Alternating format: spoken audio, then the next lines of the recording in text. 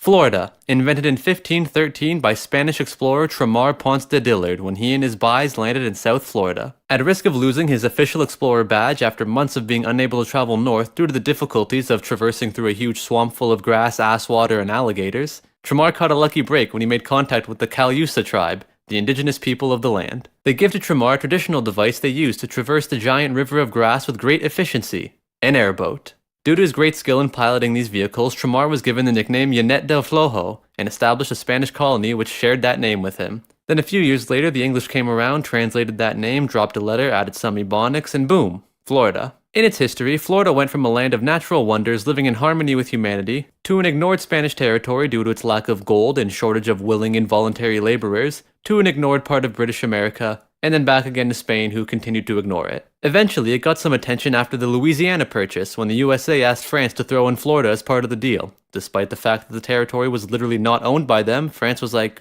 alright, whatever. And the USA just sort of took it, and Spain still to this day has not noticed that they don't own Florida anymore. Now, after centuries of being ignored, Florida's like an attention-deprived child acting out to get anyone to look at them. And despite their best efforts, the rest of the US can't help but look in amazement and disgust, sometimes wishing they could go back to the days of simply ignoring America's unwashed phallus. Today, Florida is home to a wide variety of people, found all the way from its gator-infested wetlands to its capital city Miami, or Tampa, or Jacksonville.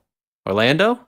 Maybe Panama City. I don't know. It's one of these. My point is, you got a lot of different people from different cultures all across the state. You got racist white people, young black rappers, Cuban immigrants, old white people, a few indigenous people who managed to sneak their way back in after the Indian Removal Act, and even a small enclave of weebs. Each of these groups has their own reasons for being here. The old white people came for the same reason old Flow Rider showed up in the first place. They're searching for the fountain of youth. While they never found a literal fountain, every March there's a large influx of young drunk people in Florida. And every year, thousands of these youth disappear due to the elderly kidnapping and siphoning out all their blood in order to drink it in order to regain their own youth. Many young black rappers come up in South Florida within its underground hip-hop scene built single-handedly by Space Ghost Perp, attempting to follow in the footsteps of fellow South Florida rappers Denzel Curry, Kodak Black, Puya, Ski Mask, and Lil Ugly Mane, among many others. The indigenous people currently living in Florida are there because that's their home.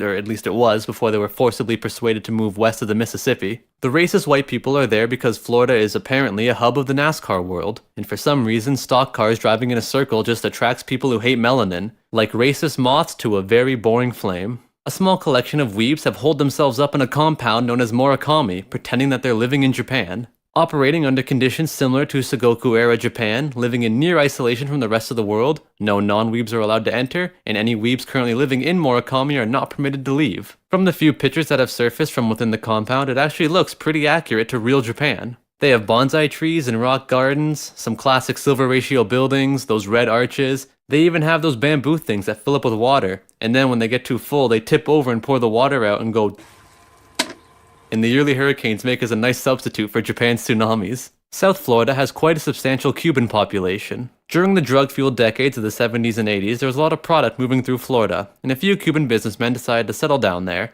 And for the more regular, law-abiding Cubans, Florida's just a hop, skip, and a jump away. So if you're gonna leave the country, you might as well not go too far away. Florida's economy is based entirely around drug trafficking and tourism. These economic foundations of the state shaped its geographical foundations as well. You can't go 10 kilometers without running into a new amusement park. Disney World, Universal Studios, Orca Prison, Roblox World, the thing those old people are really struggling to find, that place where they reenact the Pompeii explosion, that place where you can go and pay $50 and they'll actually for real crucify you. While you have all these wonderful experiences for the kids, you have to give the adults something to do as well, which brings us back to the Florida drug trade. In order to ease the movement of cocaine and opiates traveling from South America through Cuba and into South Florida, multiple drug lords started a cooperative project to construct a series of islands that would connect Cuba to Florida, leading to the creation of the Florida Keys.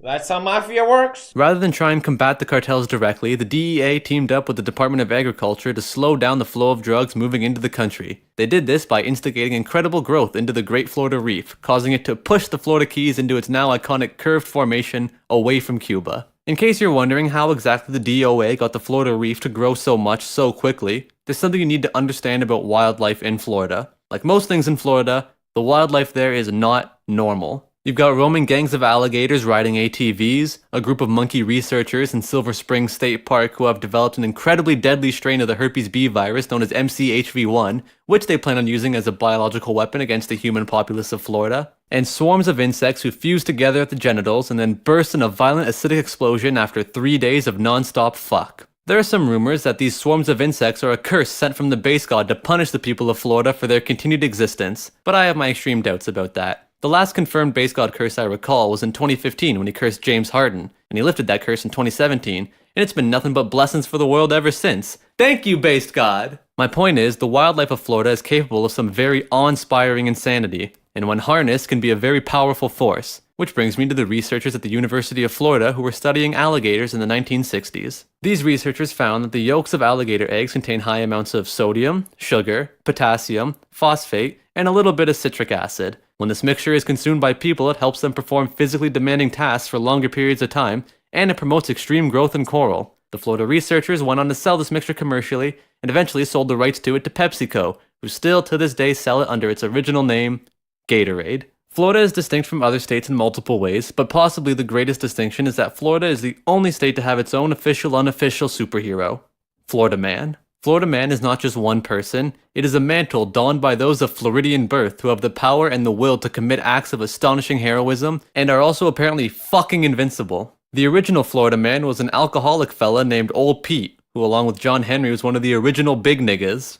Old Pete amazed men and women alike, performing larger-than-life feats which centered around his shockingly thick skull, cracking coconuts with ease for 5 cents a pop, cracking goats with less ease for 50 cents a pop, and his most impressive accomplishment for a whopping $2, which is about $50 when adjusted for inflation, as if you weren't already impressed by that bag securing, was when he stared down a speeding train coming head-on, and he came out the other side, well, not really victorious, but he wasn't dead, so that goes in the W column. Legend has it that shortly after this intense battle with an innocent, unsuspecting train, Old Pete walked into the Gulf of Mexico and transformed into the mythological creature known as a manatee. To this day, Old Pete resurfaces approximately once every decade in order to headbutt Theo Von. In the same vein as Old Pete, the people who inhabit Florida continue to wow outsiders with their strange antics to this very day. Whether it's Florida Man fighting to maintain what makes Florida Florida, or just a standard Florida cracker getting through their day. Whether it's making a rock that doesn't even exist their state gem, or being the place that defines the concept of a swing state. Whether it's a young Harvard dropout trying to make it in the rap game, or a former drug lord now living as a humble family man selling Cuban sandwiches, it may not always be pretty, and it rarely makes sense,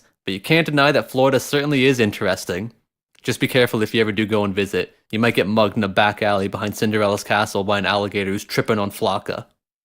And now I'd like to give a shout out to some of my patrons. Abstract, Atu, Andis, Ben, Citrus L Thrust, Cole, Colin Fire Sr., Cutright, Disco Killa, Magnum, Philippe, Hank, I love it when you call me Smiggy Balls Forever 911, Jack the Yak, Jev Should Have Won, Juice Goose, Maximilian, Michael, Mohammed, Lil Gimp, Nathan J, Nathan K, Rio, Nick, Nick F, Peek Me on Lan, Rain, Real Nibba Hours, Richie, Rodrigo, Samuel, Scott, Informed, Seba S. Bob, Siegfang, Snackaroo, The Holy Spirit, Thomas, William, and Warrior.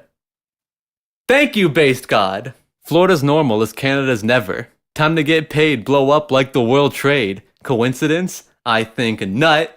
If you think Florida is bad, just try going to Georgia. Seriously, fuck Georgia. At least Florida has the damn ocean, but in Georgia you just get the fucking hillbillies, crocodiles, hot humid weather, and even get roped into someone else's incest relationship. Seriously, never go to Georgia. It is the true armpit of the US. Florida's just like a sweaty thigh after working out. The hatred for Caucasians is so fucking pathetic. Doctor is big gay.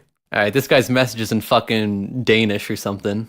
I don't speak this, but we'll try it. Vuhuen inganath the nu namen vigliz kafugen kathil avel kathil kathulu kafungene ia rigs. Fuck does that say?